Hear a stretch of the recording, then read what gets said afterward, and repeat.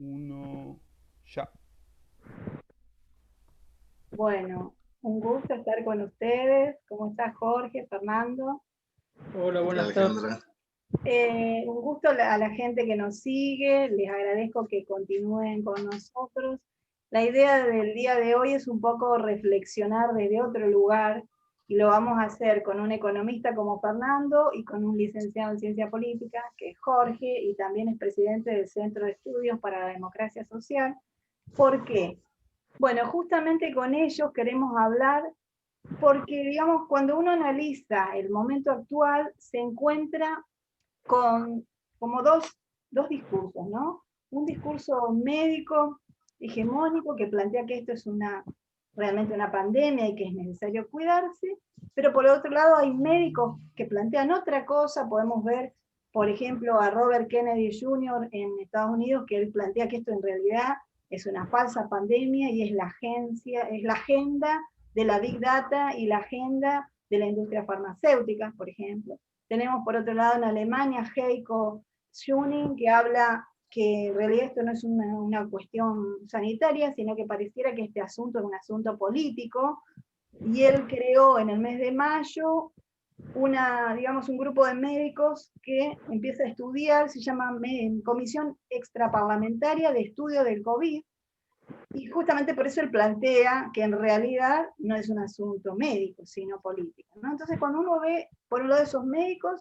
se pregunta qué es lo que pasa. Y por otro lado, uno empieza a analizar cuestiones más políticas y económicas y encuentra libros, ¿no? Yo había marcado varios libros de Jason Blum, Edward Shane, Richard Florida y Klaus Schwab, que hablan del reseteo económico. Es más, el presidente del Foro Económico Mundial, que es Klaus Schwab, escribió un libro que se llama COVID-19, eh, el reseteo, ¿no? Es decir, claramente él dice que es una ventana de oportunidad para el gran reseteo económico. Entonces, la pregunta de hoy giraba sobre eso, es decir, ustedes que son de la economía, de la ciencia política, bueno, ¿qué análisis hacen? Porque evidentemente o hay una dicotomía entre la salud y lo económico, o en realidad la salud le sirve a lo económico, es un reseteo. Bueno, sobre ese eje, ¿y qué es lo que está pasando a nivel político también? No es algo político, ¿no?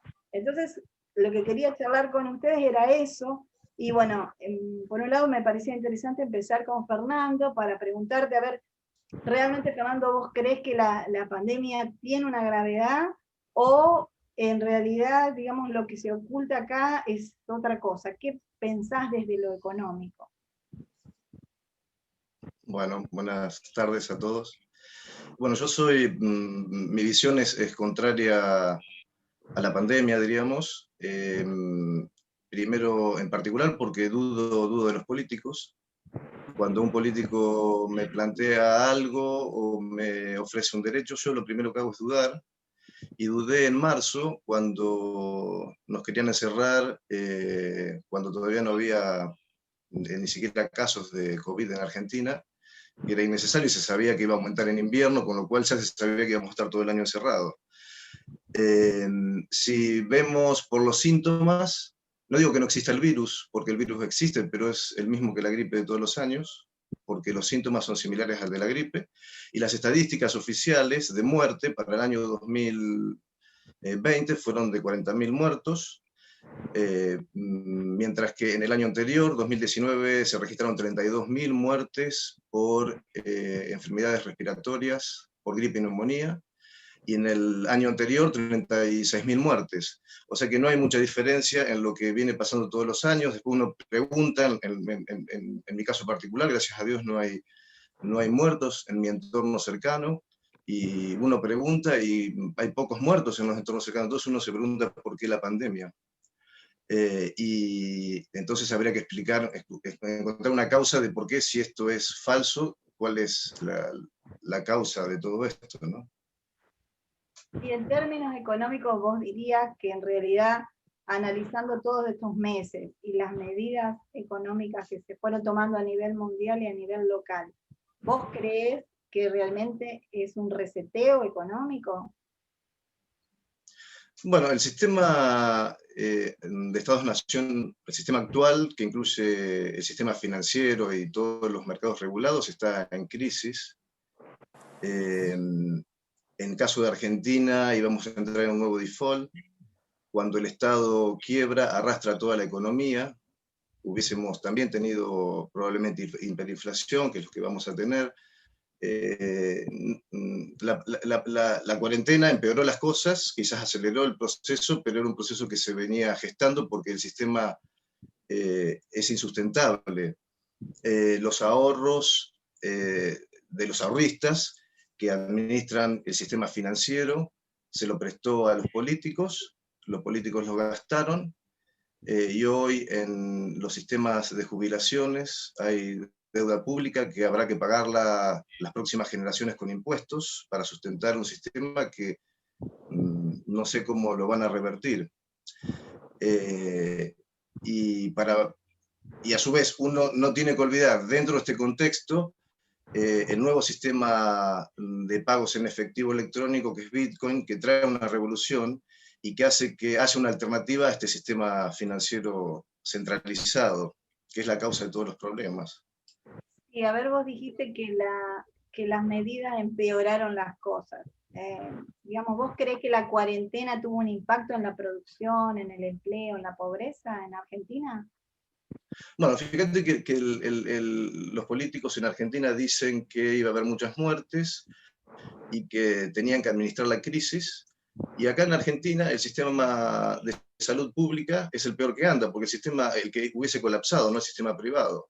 Y le dimos a administrar a los que peor administran, a los políticos. Le sacamos la administración en una emergencia al sector privado para dársela a los políticos y empeoró la salud pública y se descuidó todo lo demás. Encerrar a la gente y evitar que el sector privado produzca genera más pobreza, genera mayor desempleo, quiebran empresas, cierran comercios, muchas parejas se han separado, han destruido la familia, la gente está enferma por soledad. Esto fue un genocidio y se va a saber, y los genocidios no caducan. Y cuando con el tiempo se empieza a estudiar lo que ha pasado, bueno, la humanidad deberá aprender para que estas cosas no vuelvan a pasar. No podemos permitir que los políticos arrastren contra los derechos civiles. Estamos en una democracia, eso de que somos trabajadores esenciales y no esenciales, está muy mal. La otra vez a mí, yo subí al tren de la costa, me quisieron bajar y no bajé y me llevaron detenido en la comisaría de Bécar, me tuvieron toda la tarde detenido, ahora tengo una causa penal por resistencia a la autoridad, pero yo quiero ser testigo de que esto no vuelva a pasar, que no se pueda permitir que alguien decida quién transita en la calle y quién no. Estamos en una dictadura. Sí, ¿vos creés que, digamos, a nivel económico, porque digo, se presentaban como dos opciones en la Argentina? Bueno, es más, el presidente en un momento dijo, yo prefiero tener, digamos, consecuencias en lo económico siempre y cuando salve una vida, ¿no? ¿Y quién él es para decidir eso? Claro. No puede decidir eso. Ya somos todos grandes, cada uno. Yo tengo un médico que me puede decir, que me puede recomendar qué hacer en una situación así de emergencia. Los políticos no pueden tomar decisiones, no se pueden meter en decisiones que tienen que ver con otras instituciones como la familia, como la religión. La salud, la educación es un tema que tiene que ver con la familia. Y respecto a la economía, digamos, ¿vos qué análisis harías de cómo está la economía hoy en Argentina? ¿Vos dirías que las medidas que se tomaron... La economía, la crisis...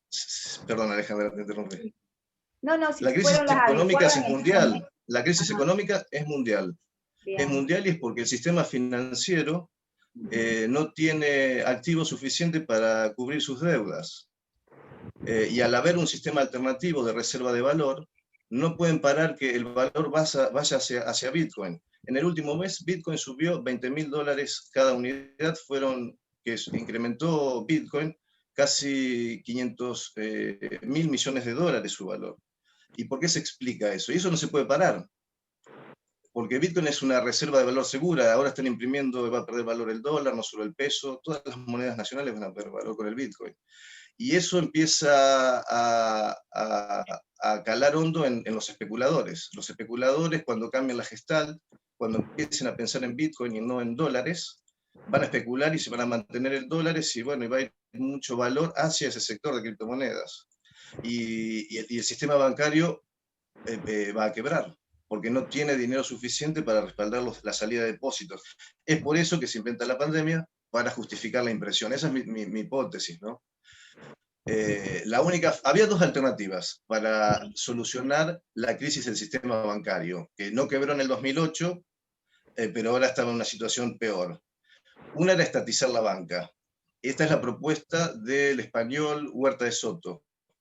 Él dice que como no hay efectivo suficiente para respaldar los depósitos, el Estado, los bancos centrales deberían imprimir billetes para transformar la banca de reserva fraccionaria en una banca de reserva del 100%, que todos los depósitos estén respaldados por un dólar o por un peso en efectivo.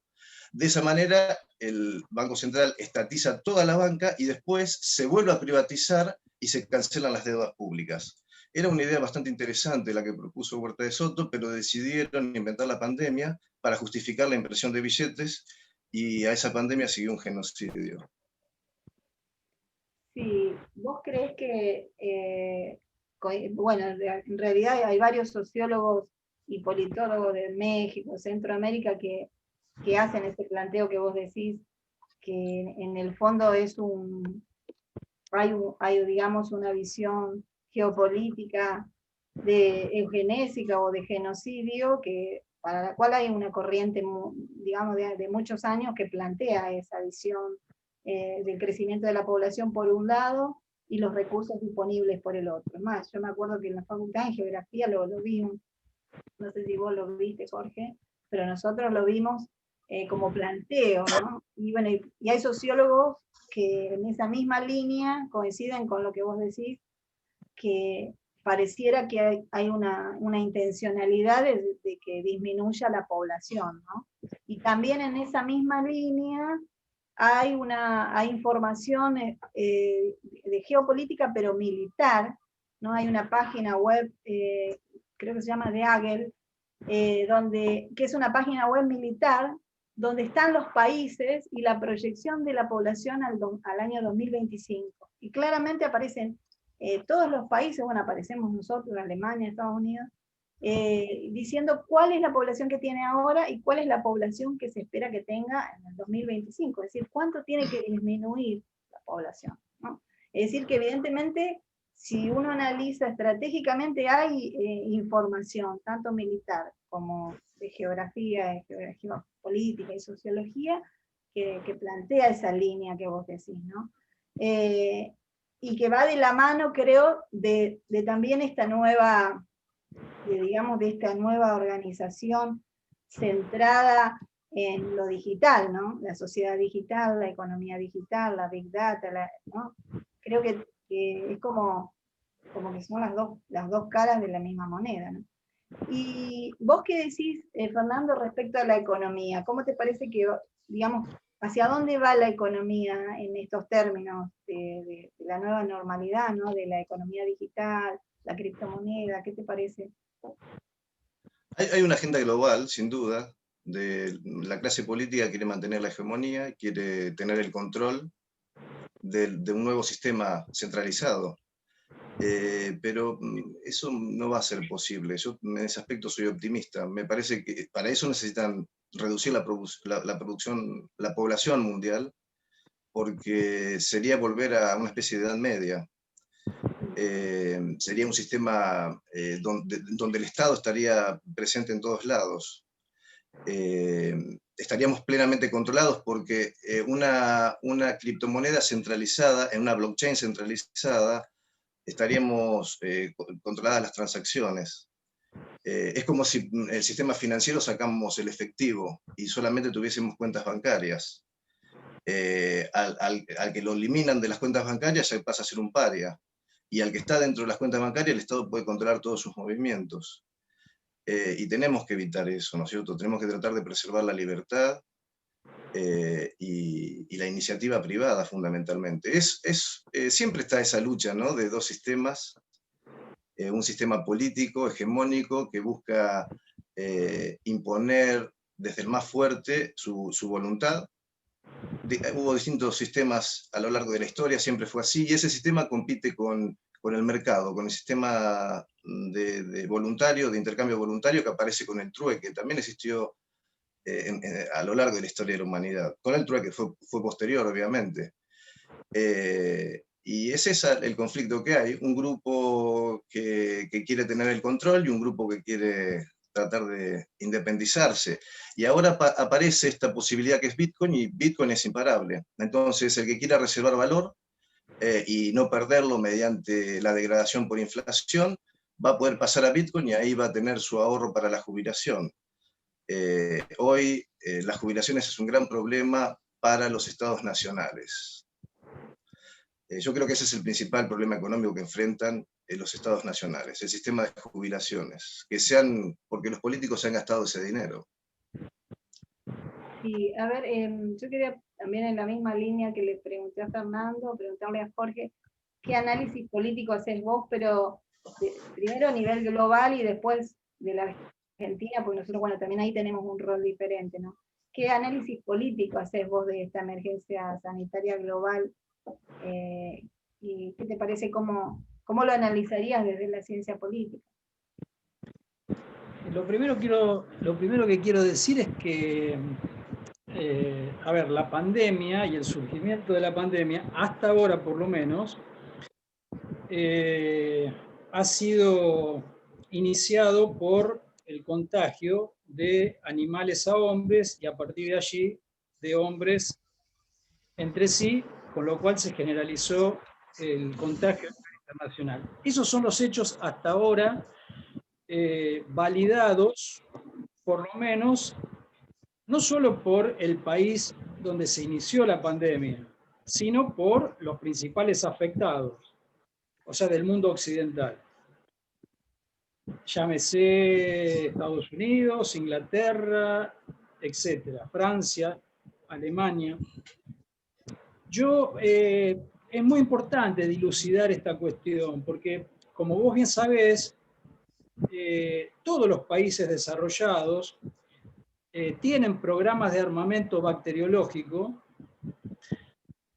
y la duda era si esto no había surgido accidentalmente o voluntariamente de un laboratorio que estaba trabajando este tipo de virus. Hasta ahora no hay información fidedigna que determine que esto fue producto de una fuga de un laboratorio o una decisión unilateral de un Estado de agredir a otros para eventualmente favorecer su peso relativo en la escena internacional. Dicho esto, lo que hay que ver, y de hecho China se había opuesto a que una delegación de la Organización Mundial de la Salud fuera a investigar in situ, o sea, en Wuhan, donde comenzaron los hechos, para determinar precisamente cuál fue el primer caso, con el claro objetivo de darle tranquilidad a la comunidad internacional respecto de que esto no había sido ni una fuga de laboratorio ni una amenaza de tipo militar. Recién ahora, la semana pasada, China autorizó a que esa comisión se instale en Wuhan y supervise todo el proceso que hizo el laboratorio de cuarta generación que tienen los chinos ahí, pero además con participación de las potencias occidentales en ese mismo laboratorio en Wuhan, para determinar y dar definitivamente tranquilidad. Porque vos imaginate que cualquier país del mundo podría sospechar, y sobre todo a nivel global, donde se juegan intereses muy fuertes, en este momento hay una puja muy fuerte entre Estados Unidos y China por determinar quién va a ser el nuevo líder en los próximos 100 años, y en esa puja entran a jugar muchos factores, sobre todo el comercial. Pero vos imaginate que si Estados Unidos o cualquier potencia occidental, los servicios de inteligencia, hubieran llegado a determinar que esto era una jugada de China para posicionarse internacionalmente después de la pandemia para obtener ese liderazgo, no lo iban a tomar tan graciosamente. Y vos pensás que en esto se están jugando muchos intereses, al margen de la cuestión estrictamente comercial. Por lo tanto, yo sinceramente descarto que esto haya sido, hasta que no haya evidencia concreta, una fuga de laboratorio o eventualmente una deliberada intención, en este caso de China, de perjudicar al resto de la comunidad internacional. Efectivamente, creo que ya los científicos de distintas partes del mundo venían anunciando que la forma de producir del capitalismo de manera intensiva estaba generando las condiciones en algunos países para que este tipo de pandemia surgiera. O sea, esto no es nuevo en cuanto a la prognosis de algunos científicos respecto de que esto podía suceder. ¿Tá? Efectivamente está sucediendo. Y obviamente afecta a la economía, como bien decía Fernando recién, y gravemente. Porque frente a una, o sea, a diferencia de, yo coincido respecto de que al inicio de la pandemia cundió el pánico, como diría el Chapulín Colorado, y se tomaron medidas desde el desconocimiento de cómo enfrentar esta situación. Esto provocó que, de alguna manera, cada estado recurriera a las herramientas que tenía y tratara de adoptar soluciones por la individual. Si vos te pones a pensar, ni el grupo de los 7, ni el grupo de los 20 han tenido una coordinación, menos aún la ONU, han tenido una coordinación o una cooperación internacional para enfrentar este problema de manera cooperativa. Cada país salió a hacer las medidas preventivas o a aislarse o a las medidas terapéuticas que consideró necesario sin checar demasiado la información de uno y otro, porque también acá influyen los liderazgos internacionales. Es decir, estamos en un mundo donde los líderes en realidad están más pendientes, digamos, de sobrellevar y de sostener frente a un cambio de la economía muy profundo, sus liderazgos y no perder peso relativo en la comunidad internacional, que tratando de cooperar precisamente para modificar los aspectos más nocivos del capitalismo que nos llevan a situaciones como esta. En ese sentido, creo yo que estamos en un retroceso importante. Y ahí tenés, sí, dos visiones a nivel internacional de qué va a pasar después de la pandemia. Porque, de hecho, también es un dato de la realidad que en menos de 9 meses la comunidad científica pudo aislar el virus, estudiarlo y proponer una solución. Que obviamente distintos países con distintos métodos, no viene al caso analizar cuál es el tema de la vacuna, pero en términos históricos, haber avanzado a tener una vacuna para enfrentar el problema que tenemos a nivel internacional ha sido inédito. Una vacuna normalmente se ha desarrollado a lo largo de 2, 3, 5, hasta 10 años. Y hay todavía enfermedades crónicas que no han tenido respuesta, por ejemplo, el SIDA. Se lo puede abordar terapéuticamente, pero no para evitar el contagio. Con lo cual, para mí eso es un avance extraordinario en términos científicos, que la comunidad haya podido dar respuesta muy tempranamente a esta situación. Ahora, las dos tendencias que se abren a partir de ahora es qué va a pasar. Algunos son muy pesimistas y dicen, esto va a reforzar la tendencia de los países a mirarse a sí mismos y tratar de salir de esta crisis lo mejor posible sin una visión cooperativa. Y después tenés los que dicen que hay que buscar en esto la oportunidad para desandar este modo de producción que tenemos a nivel internacional, capital intensivo, que provoca esta desigualdad mayúscula entre las distintas naciones y al interior de las propias naciones, tratando de ir hacia un modelo de economía verde y sustentable que termine concretamente con el cambio climático, que es desde mi punto de vista, la principal amenaza a la especie humana, más allá de las pandemias, esta actual y la que se pronostican a futuro, si esto sigue. Pero para mí, como especie, los seres humanos estamos frente a una situación límite por las prognosis que hacen los científicos respecto de las consecuencias que esto puede traer al desarrollo de la humanidad en el caso de que no se aborde tempranamente. Ya en algún sentido estamos bastante demorados en esta situación. A ver, la pregunta que yo te decía a nivel de análisis político es justamente porque vos has publicado mucho y además dirigís el área de esta revista que habla sobre democracia, porque sí. Te preguntaba, porque cuando uno piensa en democracia o lo que uno estudió en ciencia política como democracia, está muy lejos de las medidas que se tomaron en la Argentina. Entonces te quería preguntar vos qué análisis hacías, si crees que realmente esto es digamos, una nueva forma de ver la democracia, el cierre de las fronteras entre provincias, la militarización de las calles, incluso, y entre una provincia y la otra, ¿es realmente una nueva forma de democracia? ¿Es una afrenta a la democracia? ¿Qué análisis hacés vos desde esa visión, ¿no? Porque si no tenemos que cambiar el concepto y decir, bueno, no hay más democracia, o cómo interpretamos estas medidas del gobierno argentino. No, bueno. Estos, si vos lo querés analizar desde el punto de vista nacional, es una cuestión. Si vos lo querés analizar desde el punto de vista global, es otra completamente distinta porque juegan otros factores. Sí. En el caso de la Argentina, el tratamiento o el abordaje de la pandemia para mí fue lamentable. Lamentable en varios sentidos, digamos. Primero, desde el punto de vista de la cooperación entre oficialismo y oposición para enfrentar un problema sanitario grave.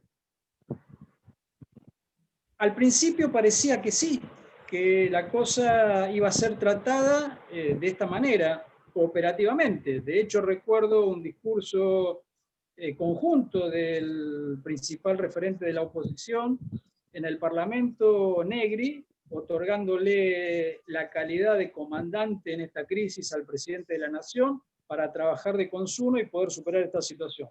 Pero conforme avanzó el proceso de la pandemia, se empezó a politizar. Y, por ejemplo, el abordaje fue la idea misma de que quienes asesoraban al presidente fueran solo epidemiólogos y no se tuviera una visión global del impacto que esto iba a tener en la economía, en la sociedad, en las familias, en las relaciones de trabajo, provocó que se tomaran medidas exclusivamente sesgadas, te diría, desde el punto de vista sanitario. Y esto naturalmente puso al gobierno en una encerrona. Viste que nadie, y sobre todo en este país, quiere dar el brazo a torcer cuando se equivoca. O cuando es evidente la equivocación, decir, bueno, no, hay que torcer el rumbo porque esto significa que estamos haciendo las cosas mal. Hacer las cosas mal para algunos es pagar un costo político. Ergo, prefieren persistir en el error y desandar lo que se estaba haciendo mal. Entonces, hay mucho de chabacano en cuanto al abordaje del gobierno nacional, y ni hablemos de los gobiernos provinciales, que tampoco tenían autonomía para definir qué hacer respecto de la pandemia, solo sugerir, porque por el decreto de necesidad y urgencia se definió determinadas características que tenían que, con calidad de ley, adoptar los gobiernos provinciales, con lo cual se unificó una estrategia que a mi juicio obviamente fue equivocada, pero lo peor, como siempre en nuestro país, como te digo, es no advertir el error de lo que se hace y persistir en el mismo. La deriva de los errores claramente tienen que ver, si vos lo ponés en términos teóricos de respeto a la libertad individual, de tránsito y todo lo demás, claramente ha sido una restricción de las libertades públicas respecto del Estado. Esto es así acá y en todos los países que han sufrido la pandemia. Pero se ha abordado de distintas, es decir, en sociedades donde tenés desarrollado un Estado que defiende la Constitución, las libertades públicas y todo lo demás, cuando se le explica a la población que va a haber restricciones, no se saca ninguna ley, se hace docencia con la población para que la población asuma que la restricción es momentánea a los efectos de resolver el problema. En sociedades como las nuestras, donde tenemos la democracia en pañales, a pesar de que, y afortunadamente ya tenemos 37 años ininterrumpido de ejercicio de la libertad para poder elegir a nuestros gobernantes, tenemos una democracia frágil. Sin ir más lejos, lo que pasa, por ejemplo, en Formosa es horrible, pero ya era horrible antes. O sea, no es que es una novedad. Esto vino a mostrar la gravedad de la situación en algunas provincias con regímenes cuasi feudales. Entonces, si vos me preguntas en términos teóricos de cómo debe ser un sistema republicano y democrático, yo te digo sí, ha habido restricciones, no solamente en la Argentina, a las libertades individuales, no solamente en la Argentina, sino en todos los países del mundo. Ahora bien, como cada Estado aborda estas restricciones, tiene mucho que ver con o favorecer la cultura democrática o ir a un modelo de imposición autocrático. Y esto tiene que ver con la calidad de la dirigencia política de cada sociedad. Esto en el plano teórico. Si vos lo querés ver desde el punto de vista de la falsa dicotomía que se planteó desde el principio, economía o sanidad, ¿y a quién se le puede ocurrir que una cosa no implica la otra? Solo quienes no ven lo social como un todo, se implican mutuamente, puede abordar una perspectiva sesgada para abordar un problema tan complejo como una pandemia. Entonces, desde el vamos, en la dicotomía salud-economía era falsa, desde el vamos. Y las consecuencias están a la vista. Una cuarentena prácticamente de 7 meses, encerrados todos en nuestros hogares, en las casas, violada por el mismo gobierno cuando habilitó actividades masivas que después, cuando veían que les generaba un costo político seguir persistiendo en el error, abrieron las compuertas. Y a partir de ahí, bueno, la sociedad, después de estar 7 meses encerrada, decidió salir. Obviamente, eso tiene consecuencias. Y de hecho, el incremento reciente, digamos, de los contagios y todo lo demás, hace abrir mucha preocupación. Pero, bueno, todo, o sea, nada es neutro cuando uno toma decisiones de estas características, tanto desde el punto de vista sistémico, en el funcionamiento del sistema democrático, como desde el punto de vista pandémico o sanitario. Todo tiene que ver con todo. Ahora, cuando vos analizás Rosario o Santa Fe, o la provincia o la ciudad de Rosario, ¿vos qué opinás a nivel político? ¿Cuáles fueron las medidas? ¿Fueron en la misma línea que a nivel nacional? ¿Tuvieron una característica diferente? Bueno, mira, es interesante lo que señalás, porque tiene que ver con esto que te digo. Es decir, en general, las provincias y los municipios actúan por efecto de demostración. ¿Qué significa esto? Que dada una impronta o una regla, o una línea directriz del gobierno federal, al principio se tiende a asumir como válida y acompañar el proceso. Pero conforme se van desarrollando los acontecimientos y se empiezan a ver los errores, el Estado federal, ya para inducir un comportamiento tipo efecto de demostración de los gobernadores y los intendentes utilizan la caja. Es decir, muchos no abren la boca, no critican o hacen que hacen en función de sus penurias económicas.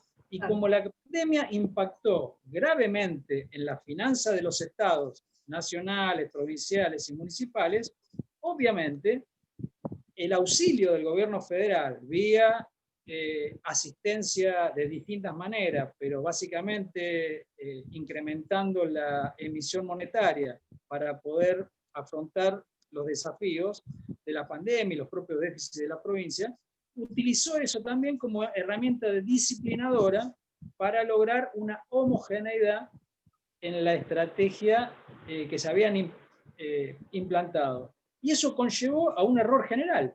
Es decir, no solamente equivoca el gobierno federal, sino que después terminan equivocando el gobierno provincial y municipal, no haciendo lo que hay que hacer, o adhiriendo ciegamente a políticas que después se daban de patadas con la realidad. Acá pasó en Rosario. La gente ha tenido una actitud muy responsable, por ejemplo en Rosario, de cuidarse con el tapaboca, mantener la distancia social, durante prácticamente el principio de la pandemia y aún ahora, y no entendía por qué, si hacía eso, no podía, por ejemplo, reunirse en una plaza pública. Y como eso, te digo, miles de circunstancias, cuando en realidad se demostró que la principal fuente de contagio estaba en las reuniones familiares, que era donde el virus tenía más posibilidades, por no haber circulación de aire y todo lo demás, se pudiera dar el contagio. Y ni que hablar de los chicos, haberlos sometido a los adolescentes y a los chicos, que ahora, a ver, ¿cómo le podés pedir a un adolescente lo que no hacen los adultos? Y ya me sé cuando digo esto, cuando no hay ejemplaridad en la dirigencia, ¿no? En sentido amplio, porque acá yo no quiero generalizar porque estaría mal generalizar. Sí me interesa particularizar. Cuando el presidente de la Nación recibe en la Casa de Olivos a gente sin los cuidados y los protocolos, está dando un mal ejemplo. Él después no puede pedirle a los adolescentes que imiten, ¿cómo hacemos los padres, que somos hijos de adolescentes, que lo único que le podemos brindar son ejemplos? Y aún así, con toda la rebeldía del mundo, nos dicen, ustedes están equivocados, nosotros pensamos de otra manera, etcétera, etcétera, etcétera. Bueno, ¿qué le decimos los papás? Cuando ustedes sean adultos, van a hacer lo que crean conveniente. Mientras tanto, tienen ciertos límites que aceptar. ¿Está? Perfecto. Lo mismo pasa en una sociedad. Si el máximo mandatario no da ejemplos y da ejemplaridad, imagínate que de ahí para abajo es muy difícil mantener una cadena de ejemplaridad para que una sociedad se comporte adultamente. Bueno, es lo que pasó en la Argentina. Es lo que pasó en la Argentina. Con el velorio de Maradona, por ejemplo, fue tan ostensible que lo que querían era, a ver, ¿a quién se le podía ocurrir que iban a pasar en 8 horas o 9 horas de velatorio, acordado con la familia, 1 millón de personas? Y encima, en el ámbito del fútbol, donde los primeros que iban a querer despedirlo eran los Barra Brava. Entonces, ¿a quién se le pudo ocurrir sacar un costo político de eso? Realmente es muy mediocre lo que se plantearon en ese aspecto. Y, digamos, desde el punto de vista de la redituabilidad política. Y eso obviamente debilita las instituciones, debilita la credibilidad. La democracia es muy frágil, porque está basada básicamente en la confianza. Y cuando pasan estas cosas, amén de otras circunstancias que están pasando en el país, pasa lo que pasa, se debilitan las instituciones. Nosotros tenemos una larga historia en ese sentido. Por eso te digo que nuestra democracia, a pesar de la continuidad institucional durante 37 años, es muy frágil todavía. Sí, y vos decís que hiciste una relación hace un ratito diciendo que, digamos, el análisis de la pandemia se hizo solo focalizado en lo médico por un pequeño grupo de médicos, ni siquiera por un equipo interdisciplinario, y se dejó de lado todo lo demás, ¿no? Y con el impacto que eso tiene. ¿Vos cómo evaluarías el impacto? Es decir, ¿Qué dirías? ¿Cuál ha sido el impacto de esta cuarentena eterna? ¿Cómo lo analizarías? Sinceramente, no me animo con certeza a magnificar. Estoy segurísimo de que el impacto es terrible porque en el caso de mis hijos que son adolescentes lo veo. En el caso de la economía de gente que conozco vinculada al sector privado lo veo. En la ralentización y en la eficacia de la burocracia gubernamental, sea nacional, provincial o municipal, lo veo. O sea, todavía nosotros, los argentinos particularmente, no tenemos, creo, cierta noción de la profundidad y gravedad de haber parado el país virtualmente durante prácticamente un año. Creo que no tenemos conciencia todavía ni certeza de la profundidad de los males que ha ocasionado este mal abordaje de la pandemia. Tengo la plena certeza de que las consecuencias van a ser graves. Sí. Vos que decías, Fernando, que hacías así de las consecuencias. No, sí que comparto su opinión de Jorge. Con respecto a la democracia, vos fíjate que en Argentina también no sabemos si se hace la voluntad popular, pero también pasó en Estados Unidos. El expresidente Trump denunció que le robaron las elecciones. ¿Cómo puede pasar algo así y los ciudadanos no digamos nada? Hoy es posible, a través de la blockchain, de esta nueva tecnología, implementar el criptovoto, de manera tal que cada uno vota desde su casa, a costo cero, desde un celular, desde una aplicación de celular, a una plataforma, puede votar en una semana, el tiempo que sea necesario, y uno puede verificar, entrando con una clave, que su voto haya sido efectivamente asignado al candidato o a la ley. Con lo cual también podríamos, a partir del criptovoto, implementar la democracia directa y desprendernos de nuestros representantes en el Congreso y en el Senado. Ese es el cambio que se viene. Ese es el cambio tecnológico, es el Uber de los políticos. La blockchain es el Uber de los políticos y están sacándole jugo a lo último que le queda. Están exprimiendo el dólar, que es lo último que le queda. Sí, y vos, Jorge, analizando, digamos, otra vez esta cuestión digital, ¿no? De que nuestra vida se convirtió en una sociedad digital, economía digital, educación digital, todo digital.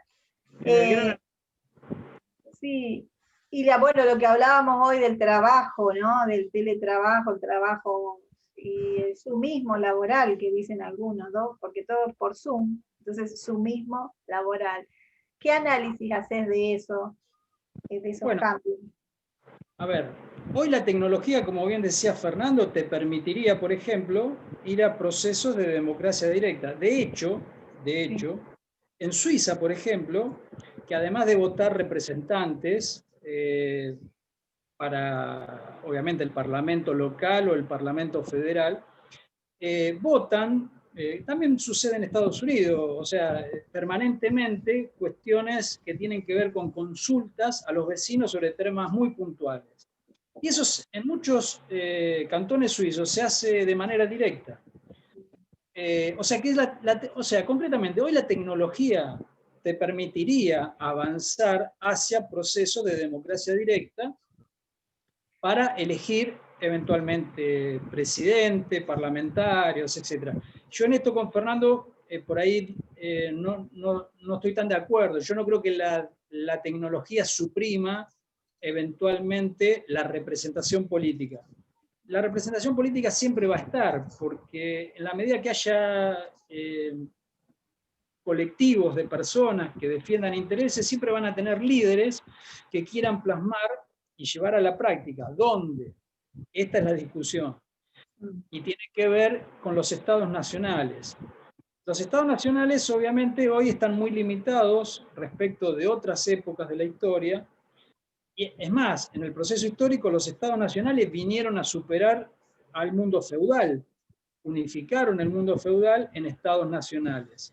Y hoy pareciera ser, fíjate la paradoja, que volvemos a una especie de estado feudal, donde los estados nacionales aparecen como los pequeños principados o reyes de la Edad Media, cada uno tratando de sobrevivir frente a un modelo económico que subyace, que está en plena mutación, que tiene que ver con lo que bien decía Fernando, esta nueva forma de producción, donde vamos a una automatización de la producción agrícola, industrial, donde naturalmente la robotización manejada por algoritmos inteligentes van a provocar de alguna manera el reemplazo del ser humano en la producción de determinados bienes y servicios, y el mundo teme mucho frente a esta situación y no comprende del todo, porque en la vida individual de cada uno, en la vida familiar de cada uno, cuando a uno le plantean que el mundo va hacia eso, pero se va a quedar sin trabajo y sin la posibilidad de llevar a la mesa de su casa el sustento necesario para que sus hijos puedan progresar, eso genera temor. Y ese temor genera en el plano político conductas que las vemos en todos los países, que cuestionan el sistema económico, pero también el sistema político, porque en definitiva, si el sistema político no da respuestas a las demandas de la sociedad, esto genera lo que sucede en este momento, no solamente en Argentina, sino en muchos lugares, donde se empiezan a cuestionar para qué sirven las instituciones. Entonces, el mundo, tomado ya como una cuestión global, no tiene un ámbito donde debería tenerlo, lo tiene desde la Segunda Guerra Mundial, solo que hay que replantearlo estructuralmente. Las Naciones Unidas fueron pensadas después de la Segunda Guerra Mundial para evitar que vuelva a haber guerras y para que las sociedades de todo el mundo cooperen y superar el problema del hambre, del racismo, de la xenofobia, de la pobreza extrema, etc. En términos históricos, vos podés decir y medir que a nivel global hay menos pobres que hace 100 años atrás y que la gente tiene mucha más expectativa de vida que hace 100 años atrás. Sin embargo, la desigualdad que existe hoy, que no tiene que ver exclusivamente con la pobreza, sino con los niveles de acceso a los productos de consumo, son los que marcan esta era. Para eso vos necesitas resolver cooperativamente a nivel internacional cómo vas a enfrentar el nuevo siglo. La ONU, ya desde hace mucho tiempo, está cuestionada porque es el resultado de un proceso histórico que terminó en que 5 grandes países sean los que, en definitiva, orientan al mundo, o deberían orientar al mundo, detrás de un proceso integrador. Pero fíjate vos, que no funciona, y después empezó a funcionar el grupo de los 7, y después el grupo de los 7 más 8, con Rusia, y después el grupo de los 20, después de la crisis del 2008, y todo esto apunta a ¿qué? A tratar de resolver las cosas de común acuerdo, y eso necesariamente va a llevar a una discusión de cómo enfrentamos el sistema político. Entonces, la tecnología ahí sí va a jugar un factor muy decisivo, tal vez, en la elección. Suponete que tuviéramos un parlamento mundial. Lo único parecido a un parlamento mundial es el Parlamento Europeo.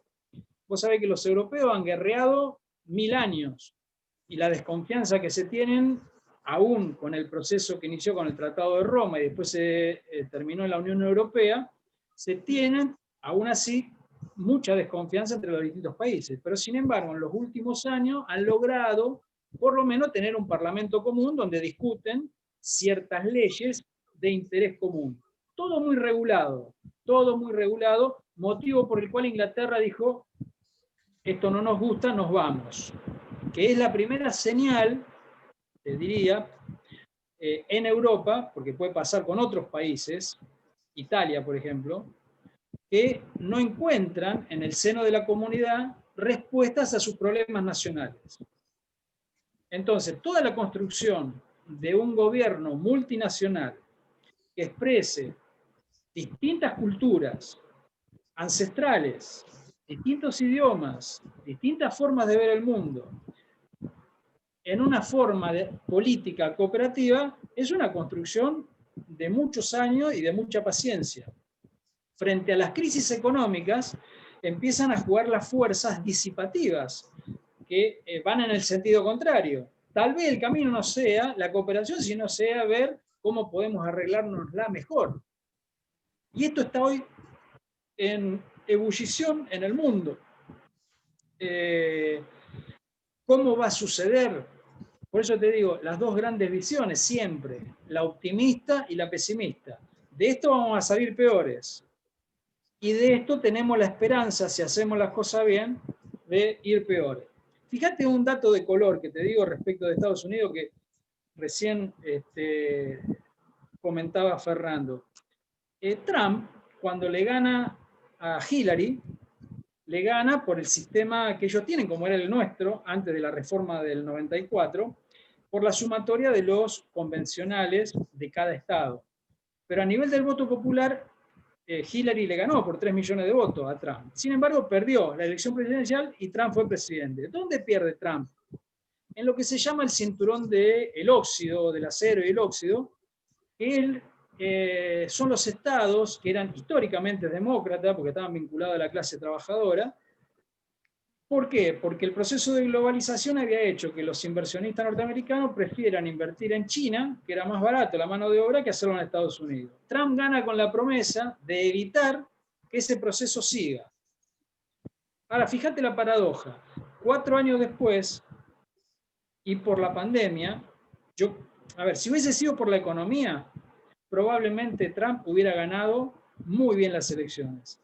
Pero el manejo de la pandemia, a mi juicio, le significó por la cantidad de muertes, digamos, en Estados Unidos, que superó al momento a todas las guerras que tuvieron, incluida desde la Segunda Guerra Mundial hasta el presente,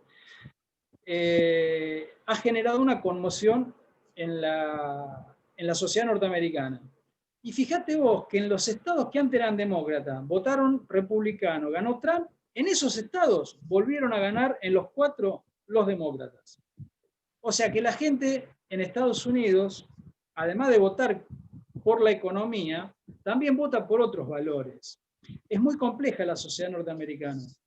Y no solamente se dio este proceso, esto no significa, como muchos dicen, que muerto Trump se terminó el trumpismo, muy lejos de eso. Yo creo que en el Estados Unidos profundo, lo votaron 75 millones de personas casi, en el Estados Unidos profundo está todavía latente este temor a que el salto tecnológico en el cual están inmersos las principales empresas de Estados Unidos, conlleve una pérdida irreversible de los procesos de trabajo que genere en la sociedad norteamericana una desocupación de la gravedad que tuvo la de la crisis del 30 y todo lo demás. Esto está latente en Estados Unidos.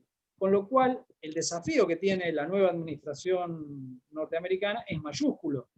No solamente era ganarle a Trump por el tema de sus deslices institucionales, o por salirse de la OMS, o por decir primero Estados Unidos y si los europeos quieren que los protejamos de los rusos, perfecto, pongan ustedes su granito de arena, incrementen sus presupuestos y no solo que todo salga de Estados Unidos. Todo eso bien, pero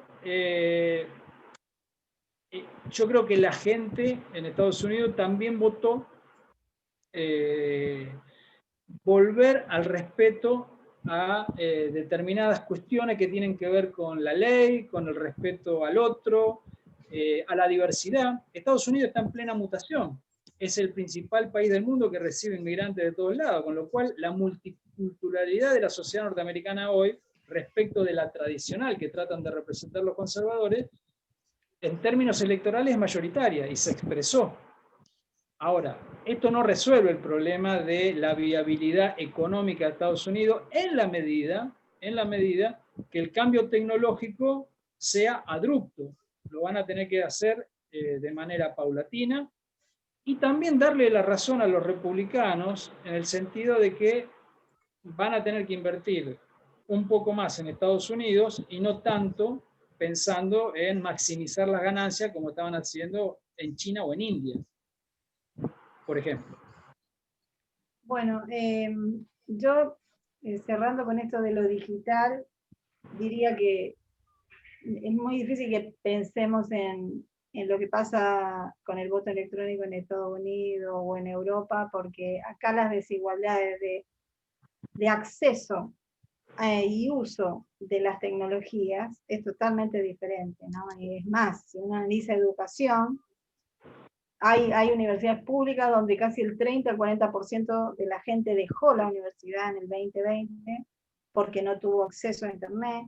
Ni te cuento la primaria, la secundaria, la educación rural. Hay provincias donde directamente fue imposible. Es decir, me parece que cuando analizamos esta cuestión de lo digital, tenemos que ponerle el contexto de América Latina, y en América Latina el contexto de Argentina, que tiene enormes desigualdades, y comparado incluso con Brasil, con México, ¿no? Eso respecto a lo digital. Me parece que pensando en una sociedad digital y en el voto electrónico y todo eso, tendríamos que, o la democracia de esa forma, tendríamos que pensar primero cómo resolvemos esa brecha, ¿no? Que es enorme. Ahora, sí. No, la respuesta fue en el sentido de que, yo te lo planteé al principio, tecnológicamente sería viable avanzar hacia esquemas de democracia directa. Eso es viable, hoy en día sucede. Por supuesto en sociedades más avanzadas. Te di el caso de Suiza. Pensarlo en la Argentina, qué sé yo, obviamente coincido con vos, es mucho más difícil por las brechas que hay y que se palpan concretamente en el sistema educativo. Y las entre otras consecuencias van a ser terribles las que vamos a tener en ese aspecto. Así que no, en eso coincido totalmente. Pero bueno, el mundo es expresión diversa en velocidad y en intensidad respecto de lo que está sucediendo. Y por supuesto, cada sociedad tiene que abordar su problemática de acuerdo a las urgencias que tiene, pero tampoco sin perder de vista lo que se viene, porque estamos conviviendo con este tipo de situaciones. El teletrabajo hasta la pandemia era reducido, te diría, a un universo de empleados vinculados a las multinacionales muy pequeña de la Argentina. El resto hacía su vida normal, como si estuviéramos viviendo en los años 50 y 60, 70, o sea, y de repente, bueno, hubo que empezar a hacer las cosas de otra manera. Pero bueno, ahora vos me preguntás, ¿esto va a seguir después de la pandemia? Y en algunos casos sí, y en otros casos a otra velocidad o con otra intensidad. Pero hay cosas que no se van a... llegaron para quedarse. Bueno, ha sido muy interesante la charla de los dos. Les agradezco mucho. Han aportado un poco a entender la complejidad, porque digamos, la idea del programa era esa, es decir, que no solo entendamos que esto es una pandemia casual, sino que o producida o no generada, o el virus creado o no, sino que discutamos más allá, los cambios profundos económicos y políticos, ¿no? Y en eso creo que ha servido para desandar el camino, o menos para todo el mundo. Así que bueno, si quieren decir algo para ir cerrando. Para agradecerte la invitación, fue muy interesante la propuesta. Con Jorge tenemos por ahí visiones distintas, porque él de alguna manera cree en la clase política y yo no, yo generalizo. Yo digo que todos los políticos son inútiles, que no pueden hacer nada para solucionar este problema, solo las propuestas de ellos implican más impuesto y más Estado. Y eso fue demostrado científicamente por Mises en 1922, con su libro Socialismo, donde demuestra que la decisión política siempre lleva a una situación peor. pero además de que son inútiles, yo creo que los políticos, todos sin excepción, son deshonestos y de la peor calaña porque le roban a los pobres. Jorge, últimas palabras. Bueno, no comparto para nada eso. No, estoy en la antípoda de ese pensamiento.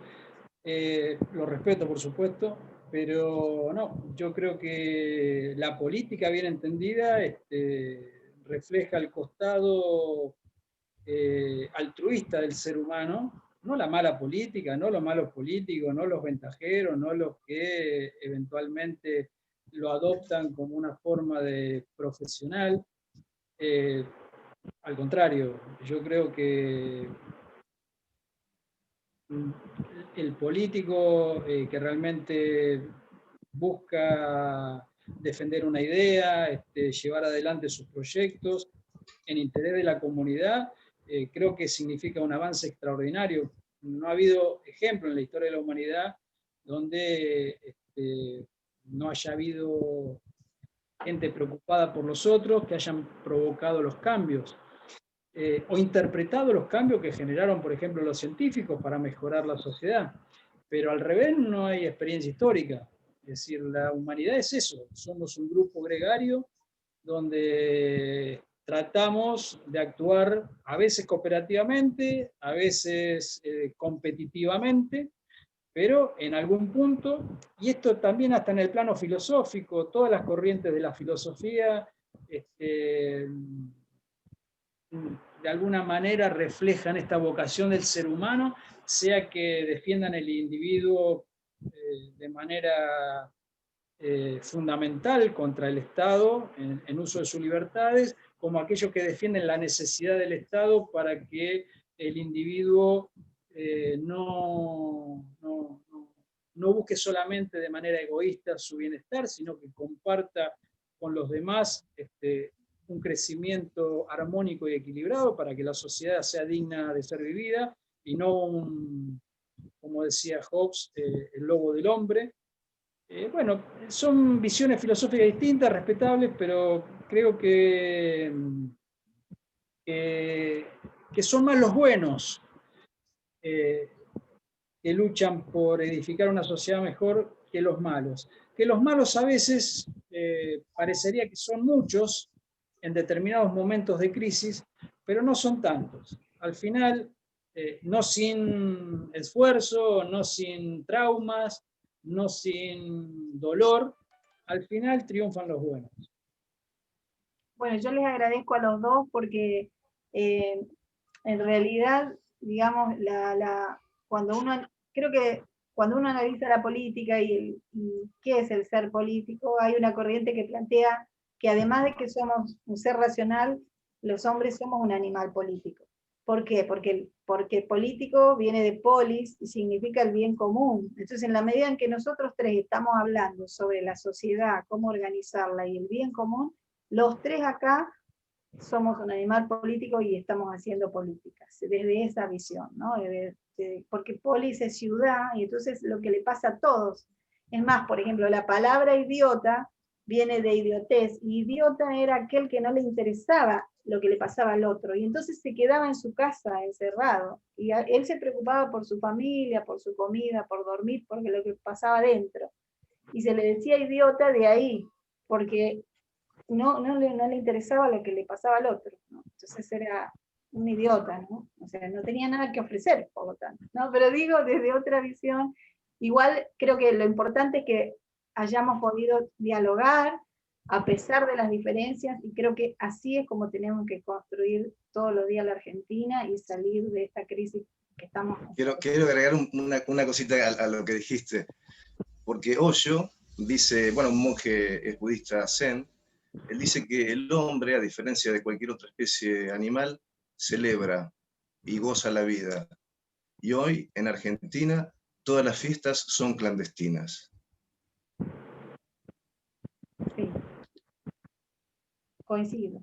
Pero eso no significa que acá no podamos estar hablando dentro de las diferencias y y que de esta forma podamos pensar cómo salir de acá, ¿no? Con el diálogo, y con el diálogo en la diferencia. Pero coincido también con eso, Fernando. Sí, por eso también hablábamos con Jorge, porque yo sé que él siempre ha insistido con el tema de la democracia, y creo que con la democracia sí, vamos a salir. No vamos a salir con un poder centralizado, ni en un señor feudal como los gobernadores, muchos gobernadores que tenemos, como el presidente, sin los tres poderes con el rol que tienen, y sin pensar lo que quiere la gente, y lo que piensa, lo que siente, y lo que necesita, ¿no? Es decir, con democracia. Entonces creo que este espacio, de alguna manera, lo valioso también que tiene es eso, que pensamos diferente, pero que estamos hablando. Podemos hablar a pesar de pensar diferente.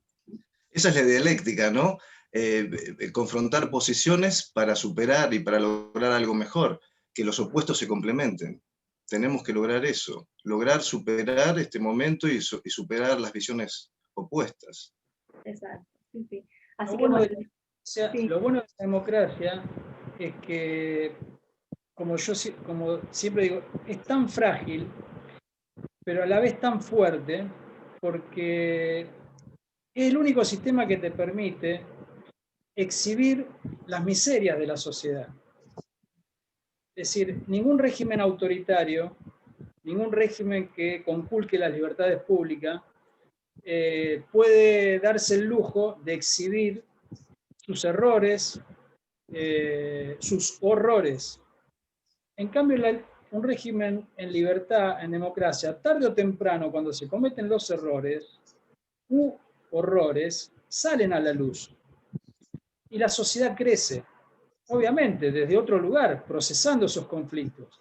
Pero es el único régimen que te permite poder resolver los problemas poniéndolos sobre la mesa. O conviviendo incluso, como nos pasa ahora cotidianamente.